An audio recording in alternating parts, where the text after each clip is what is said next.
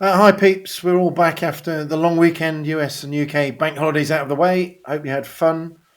If you're working, bad luck. Um, so where are we? I mean, quite an interesting week last week, wasn't it? We had the old Nvidia UK inflation data, Fed minutes, all throwing spanners into the works. I mean, the UK inflation, yes, it was going to be the biggest print down. It wasn't quite as big a fall as expectations, but this is really scary. How did we miss the PA punt of backing the UK to call the election in May for obviously for July, but to do it in May when that was well known it'd be set up for the biggest pullback in headline inflation because of the drop off on the off-gem tariff for electricity, etc. And regardless of the result, they pressed ahead. They didn't tell the rest of the party. This was the decision by the main part of the government, the cabinet, etc. And again, only people that were made inside were probably Hunt and Sunak and their closest advisors.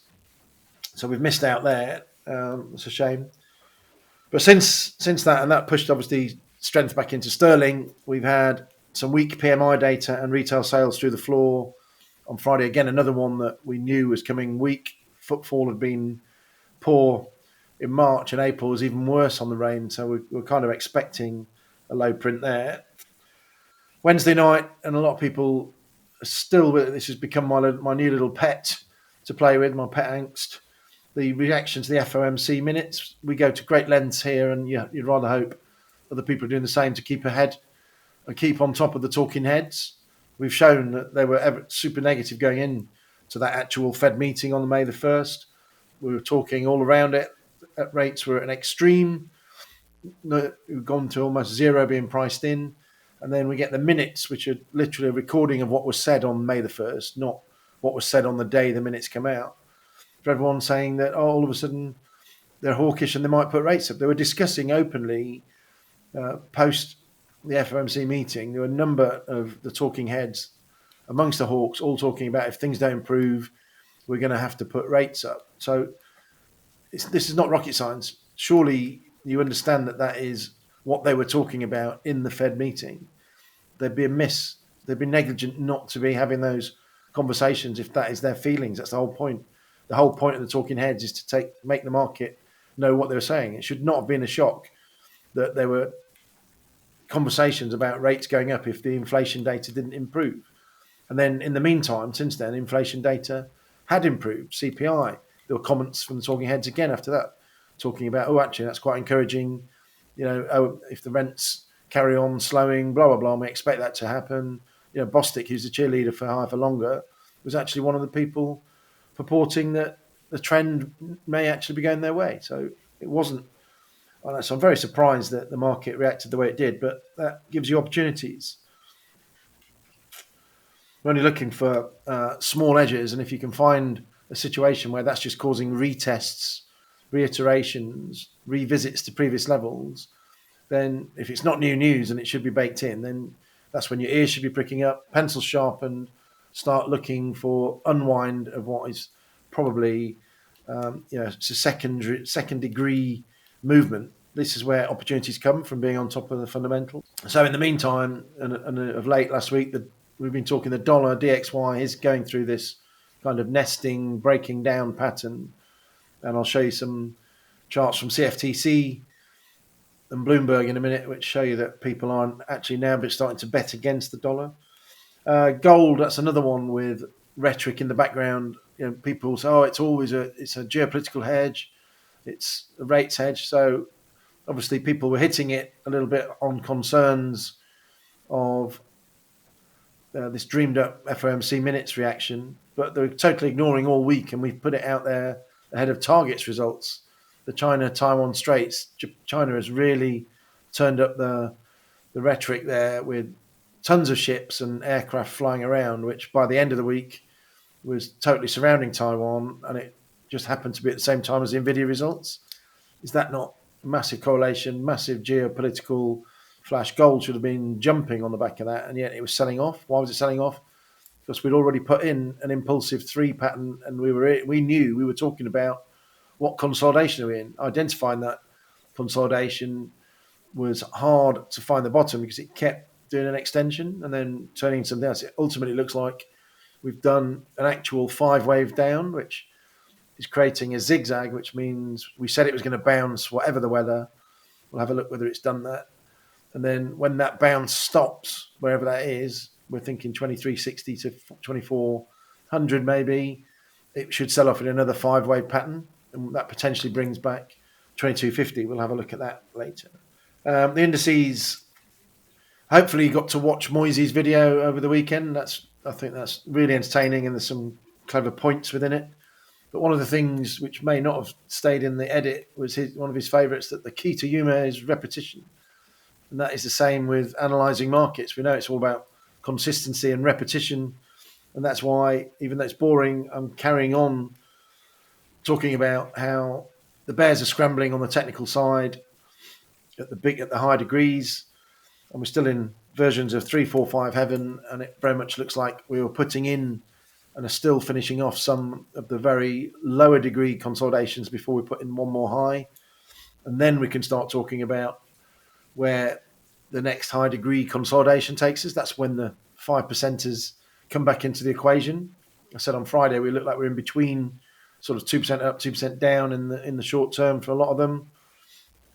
We seem to be playing that out now. You could very easily fall into that rabbit hole of there's negatives all around, and I could easily construct you a catastrophizing outlook, but I don't think that's very instructive at the moment. And we're actually in the ascendancy by identifying we're still in a bullish pattern. And why should we be in a bullish pattern? I'm not dyed in the wool, but there's a really important reason why we're going up, and that is the whole multiples versus earnings argument. Remember, we went to great lengths looking to see whether Q1 earnings actually beat. Did they go up? Were they ahead of expectations?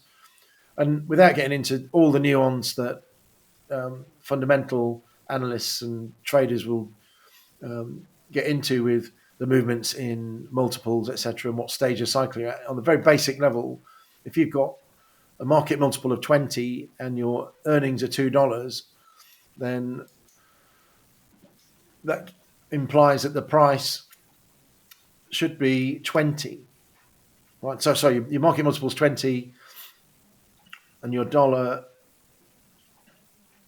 let's start again. You've got the price of 40 and your dollar earnings are 2. So you've got price divided by earnings, 40 divided by 2. That gives you a market multiple of 20. Now, if your earnings doubled, say, up to $4, that would suddenly make your market multiple 40 divided by 4, which would be 10. So if you believe that the market should still be on the same rating, if not higher than 40, then the price would have to go up, wouldn't it? So, sorry, higher than 20. So 20 times 4, you'd be looking at a price of 80. So your market would start flying. So these things are all interlinked all the time. And if it's going up for the right reason, i.e. the earnings are going up, the growth trumps everything idea, then markets will quite legitimately be bought into pullbacks. Now, the other way of looking at this market is market breadth, literally spreading out the movements to other stocks, is something that we'd like to see, and we have been seeing evidence of that.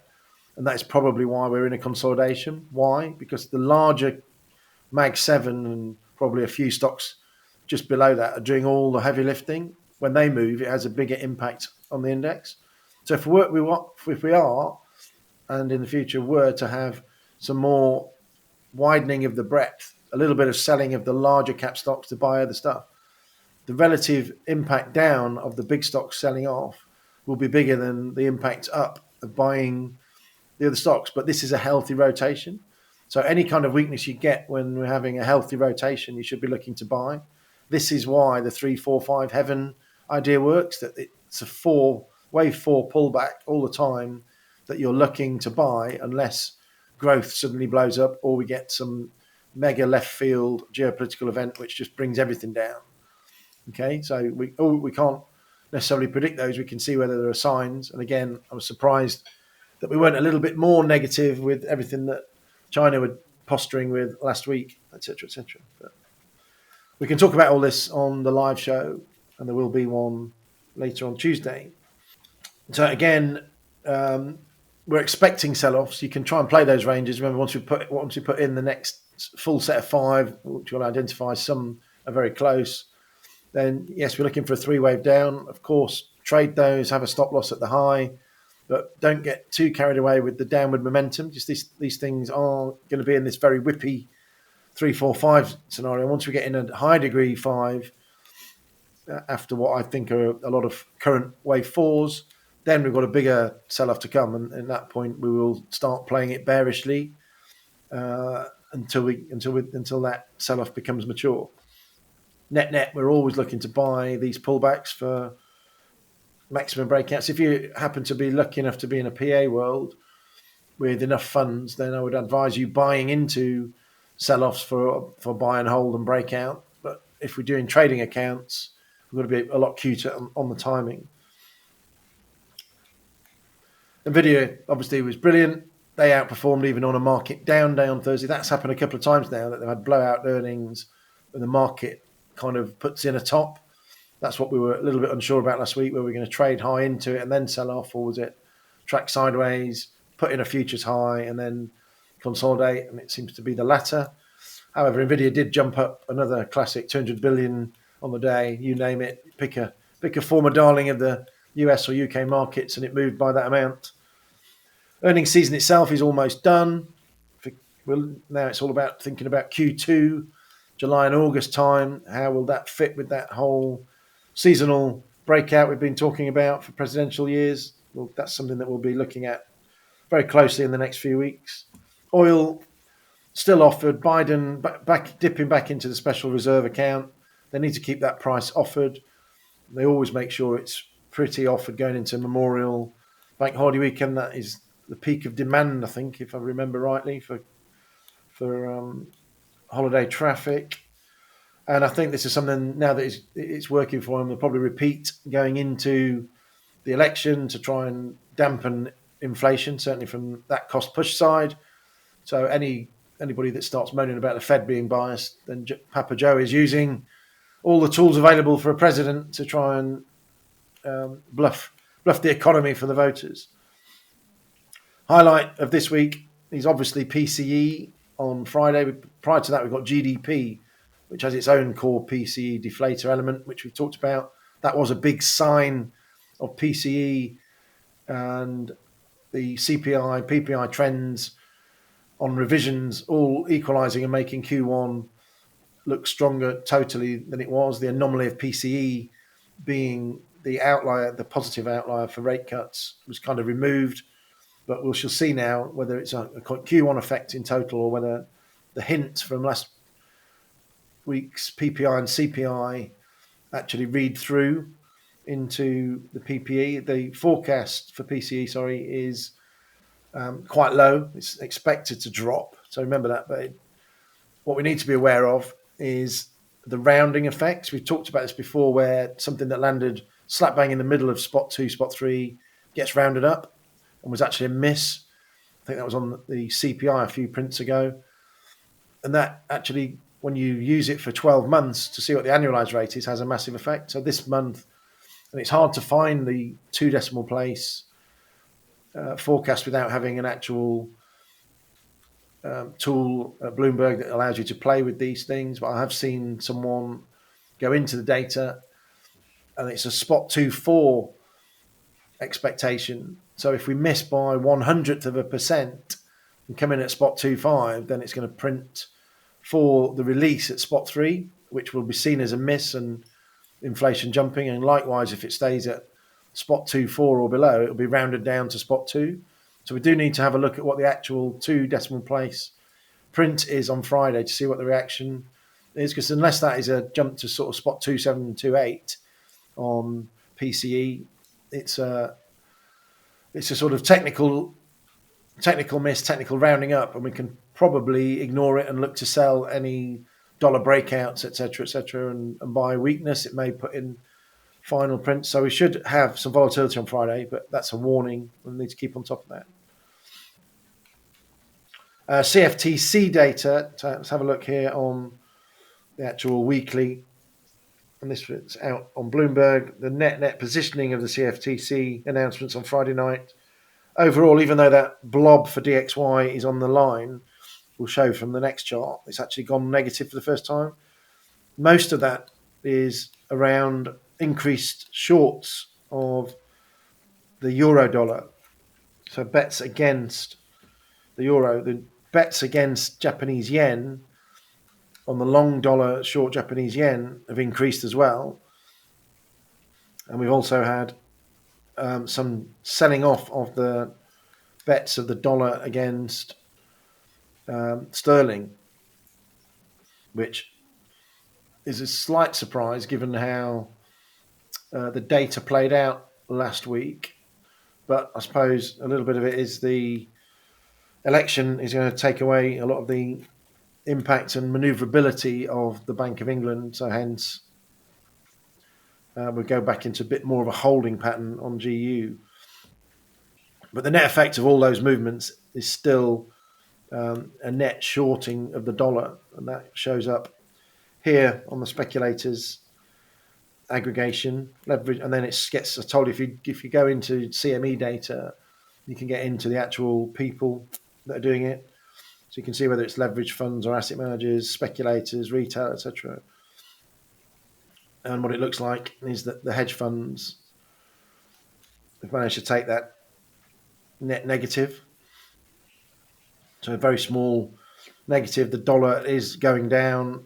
It's obviously flip-flopping a little bit on the way down. Keep getting little blips up any time there's something reasonably dollar positive, it pops up. But we can see that the clever money is now going against the dollar. Equally, we've been talking about the VIX being subdued and at low levels, not quite at greed, but certainly at kind of risk-on levels. And the volatility in bonds seems to have dropped out at the moment. And there's something quite interesting happening in bonds from the start of this week.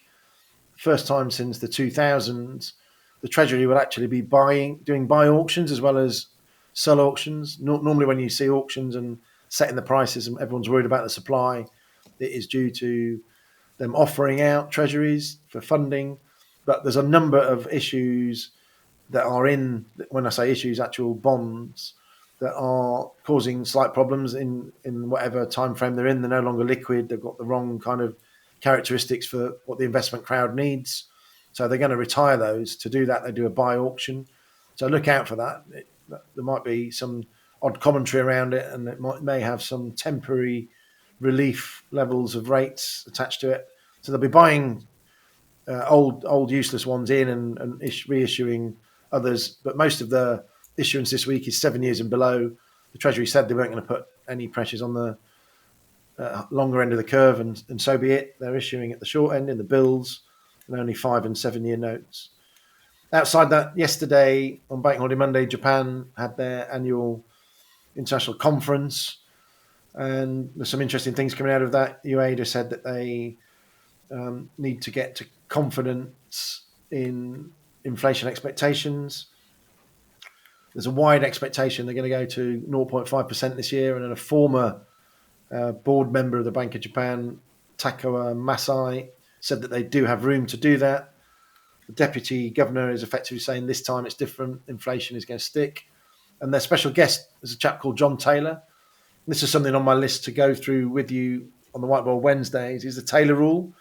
The Taylor Rule is a very sophisticated way of looking at taking account of all sorts of indicators and where the natural rate of funds should be for sort of inflation neutral. And there's a big debate in the States whether they need to say that theirs is higher. The Japanese read through is that theirs needs to be higher. And John Taylor was a guest speaker, so I'm sure he had a lot to say about that. I'm going to be looking for that transcript to have a look during the week. But at the margin, that is saying it's another positive with the right sort of backing for rates to go up in Japan and to hopefully prevent the next yen intervention. As it is, I keep saying the market will keep testing it, and the yen carry trade is alive and well as everyone's borrow choice for speculation. So they are really against the tide, but they need to do something really aggressive. We keep talking about it. Otherwise, we're going back into that 160 plus level. Quiet data Monday this week. Tuesday, there's Aussie retail sales, some secondary Japanese inflation stuff. What's starting to get interesting is the Case-Shiller housing price. Always used to get looked at in the GFC. It's been a little bit quieter in the media, but that is the price index that the owner's equivalent rent, the made up number, is based on in CPI. So if that keeps going higher, the implication is that the rents will be manufactured higher. Now, we've still yet to see the lower house price trend that you can see on the chart here. It's been negative, and then even when it bounced back, it's been selling off almost back to zero. The rents based on this pullback are only just coming in, so it's highly likely we get a couple of low CPI prints. This is the danger.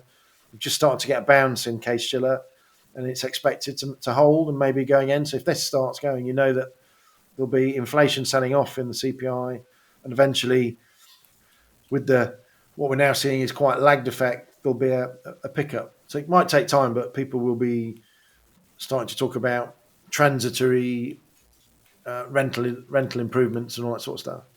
So that'll appear in the mix. And then there's a confidence board for the US.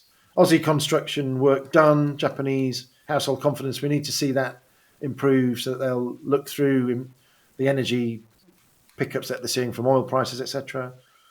German CPI first, regionals, and then the national prelims for Germany, and that all the big four, Germany, France, Italy, Spain, will have their preliminary CPIs out, and the Eurozone as a whole is expected to tick up slightly, but hasn't got in the way of potential rate cuts. Nagel on Friday, who's the super hawk, he said that June's more or less done, but he doesn't see anything happening until September. He's had his cohorts pushing back on July. Well, he's come in and said it's going to be September. And that's probably highly likely unless the US does something in the interim, and then they'll probably find a way of going again.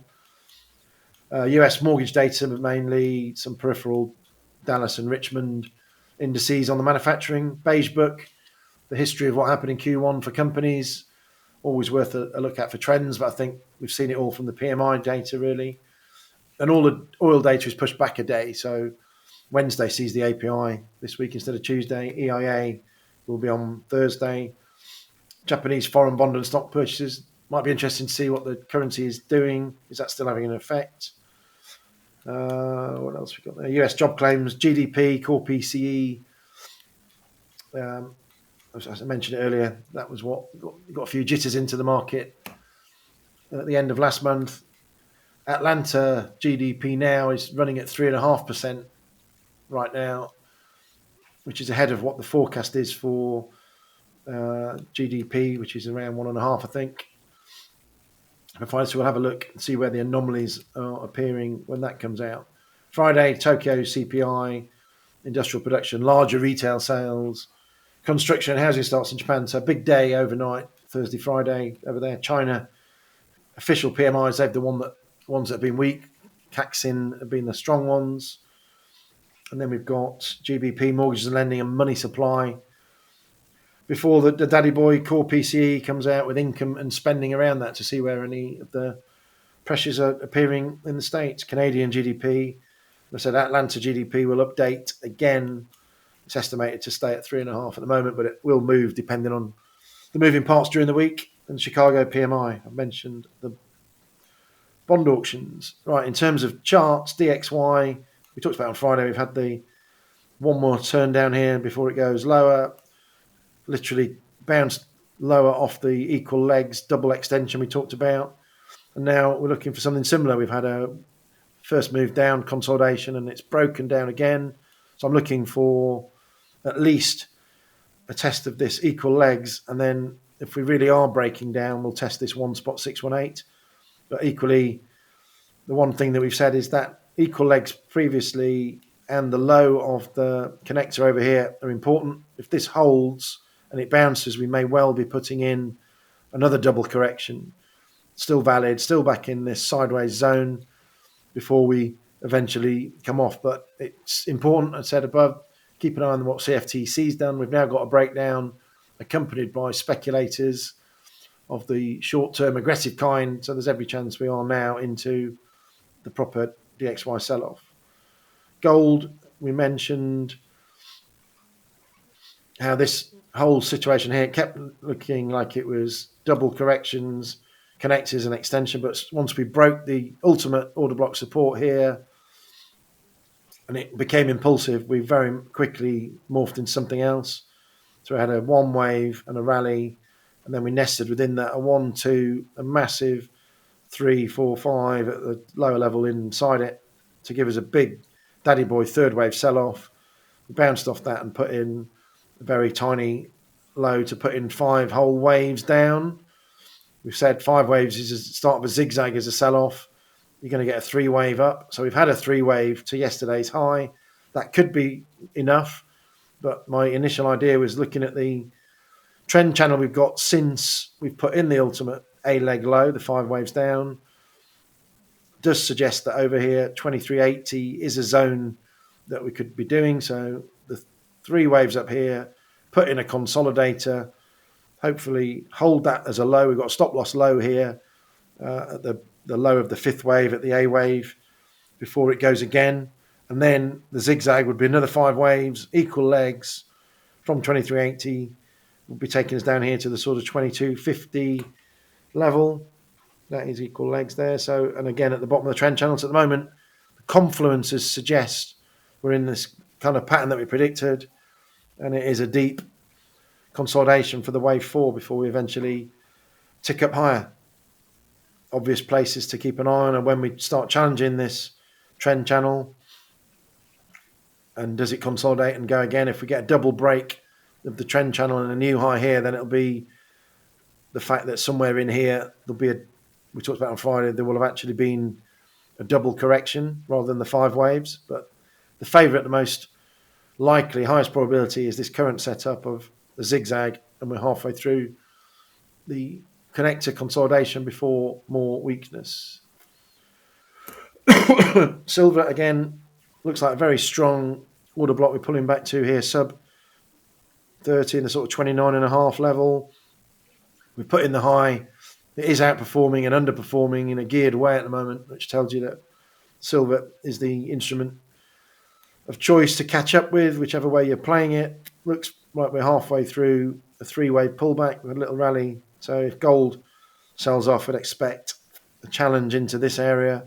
And any break below that, as I said on Friday, if we can get down here into sort of 28 level, I'd be more than happy to be picking that up for an ultimate big breakout.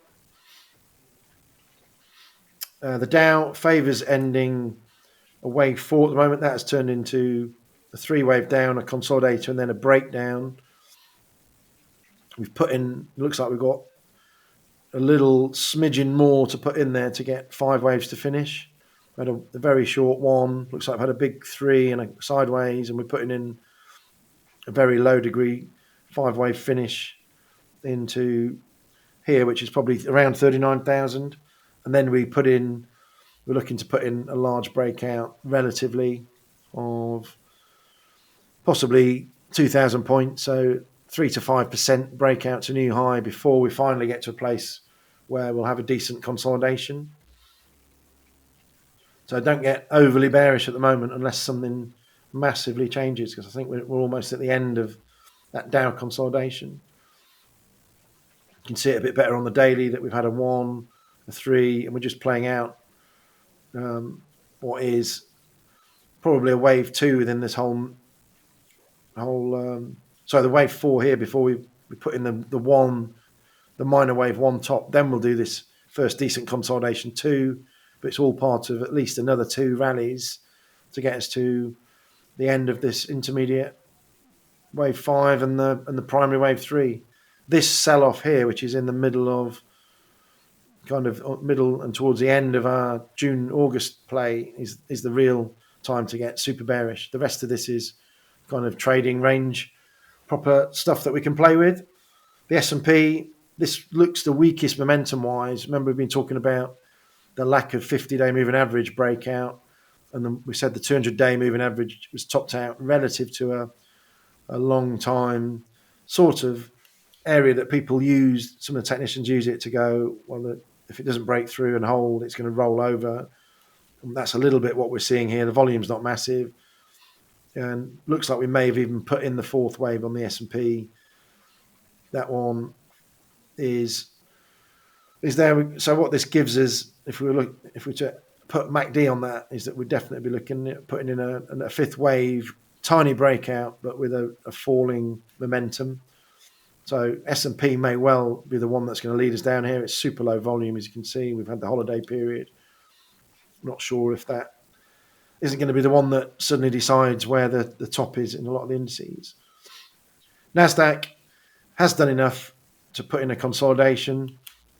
That could be a connect, or is it the other idea of looking at this until we get a new high? It could very easily be putting in a connector, which to put an equal legs in, just postulating from overnight, would put us into 18.5 level before we put in the final fifth. So it's all a little bit noisy in all these US indices as to whether they just need a tiny little bit more down before they put in that decent rally, or whether some of them are going to break straight away. I think we need the dollar to break out because we've got some quite heavy inflation data. All this, to me, leans towards a bit more sideways action and then breaking out around what's hopefully a calm PCE at the end of the week. And again, at the daily level, you can see the similar pattern. It falls either in here. Ideally, I'd said last week, I'd like to see a three wave that touches the other side of the trend channel and then goes. So, another obvious one again is we play NASDAQ short with a current high, all-time high stop loss. Just see how we get on, see if we can capture that. But remember, if it breaks, then the pattern... I mean, obviously, in the fourth wave, you can still have an overthrow, the expanded flat. So just be careful that it's not a false breakout if it goes short-term until the other indices and the dollar confirms that we're in breakout. So, yeah, I'd probably lean personally towards playing that as a stop loss short as it approaches the high. Meanwhile, the DAX, we said that was putting in a equal legs, which is completely bounced off the equal legs. Just mentioned that on Friday. But until that takes out the high, that could still be a connector for another extended wave 4 sideways before it goes. But remember, there is an ultimate up here, and the DAX still seems to retain this positivity within the European sphere. What I've got in here is wave 1 equals wave 5. So this wave 1 down here, we're putting in an extended 3. We're playing out the 4. Once 5 comes, it should be going to 19,400. So this one, I think there's a danger of a big impulse move out. So be careful if you're shorting it. Again, put in this high over here as a stop loss. Definitely looking to buy the pullback in the DAX if it comes. Should probably hold this 50-day moving average. Have a boom up here, and then again in line with everything else, potential decent sell-off once that's put in the new high. UK 100, that probably is a little bit like the S&P in an advanced state. That's put in an equal, well, it's put in a consolidation that goes to 1.618. We need to be aware of that low, because if it goes below that, then there's something more aggressive coming, a bit like gold. That would suggest that there's a 5 wave in there, a zigzag and a much deeper pullback. So at the moment, if you want to play that long, you must have that in your mind as a stop loss. But this feels to me like it's going to hold, be in a consolidation pattern until the rest of the indices go. So FTSE perhaps not the one in the lead at the moment, particularly with mixed data and the earnings season coming to a head. The Nikkei, that has done what we were talking about. A lot of these 3 waves, some of them could be 5 waves, so that's still open to debate what the structure looks like, but just keeping them as 3 waves at the moment. And the third wave, it's not the shortest. That is why we've got it in the double correction. 4 could have finished here, and we put the 5 in at the moment. We're yet again trading against this low side of the channel. It either goes up here and sells off, or we've already put in the 5 and it's halfway through, and this is a connector, and the next breakdown takes us to that too low. We want to buy here. Both of these are going to run out of steam either directly from here or just a little bit higher. Do we really want to be long into that? No, it's worth a sell when we get into an overthrow or close to it here just to see, but keep your stop loss tight just in case we've misinterpreted where the wave 2 pullback is. It could be a shallow one. The highest probability is that it will be this deeper wave 2 consolidation. We said it would be a meandering one, and let's play the proper pullback. EU, again, that is in a sort of confused state. Not sure whether wave two is actually finished on the three-wave pullback here. Again, it's all about the dollar. We've had a breakout as the dollar's sold off. We now need to know if the dollar does break, as we expect, then this is going up here to 3, if not 5, very quickly. That'd be a short 4 to put in a wave 3, and then we get decent consolidation. So we're going to approach this 109, 110 ultimate area. It all depends on where the 2 bottom comes before we get the proper breakout. Has it already been put in place or not? So look out for a test of 108, 950 for breakout. Or if not, look for if the dollar starts putting in a defensive move before PCE, we may well come back here and test the equal legs before we go again. UJ, I've said before, it keeps trying to pressure higher. Any kind of positivity tends to be short-lived. Carry trades on. We need the dollar to collapse here to help. Underlying data isn't necessarily coming in that inflationary. If anything, it's a little bit soft. Net, so it's making the job of the Bank of Japan very difficult. GU, similar situation to EU, could easily have put in a wave 4. The fact that it's broken to a new high is kind of making me lean towards EU having put in that 2 already. We need to see that resistance test on EU, as we just mentioned. This one looks like it's going to grind up from here into this wave 1 top 128.50 before we get a pause. So again, a little bit of sideways consolidation, and then a break probably whenever the dollar breaks down. Here's just showing you quite how much in line the VIX and move the relative S&P 500, the VIX, and the bond index. Implied volatility, they're both trading at very, very positive areas for being long. The risk has disappeared. The volatility has disappeared in both of them for the minute. Tells you we're kind of grinding up. Earnings season is over. There's very little Bank of Nova Scotia today. A few large Japanese ones. Salesforce, probably the biggest US of the week. Reed Elsevier, global media company. BAE Systems, defense, read through, see any trends there. Thursday, Costco and Dell in the States, and nothing on Friday. Lots of talking heads. Yesterday, we already had Pill saying that interest rates are some way off for the UK, but that's his common line, isn't it? Philip Lane in The Economist for ECB said that euro rates need to remain restrictive, but he did say there's enough data to start cutting. Everyone is on for this June in ECB. Nothing from Marauder. Williams didn't say anything yesterday, really. A few more over the week, and we'll update that real time as it goes along. As always, review of the week. Make sure you're all over the talking heads section at the bottom, as well as the data. That will keep you up to speed with where you are. Forget all this FOMC minutes nonsense. And then the diary. So good luck with your trades, and catch you in the live show.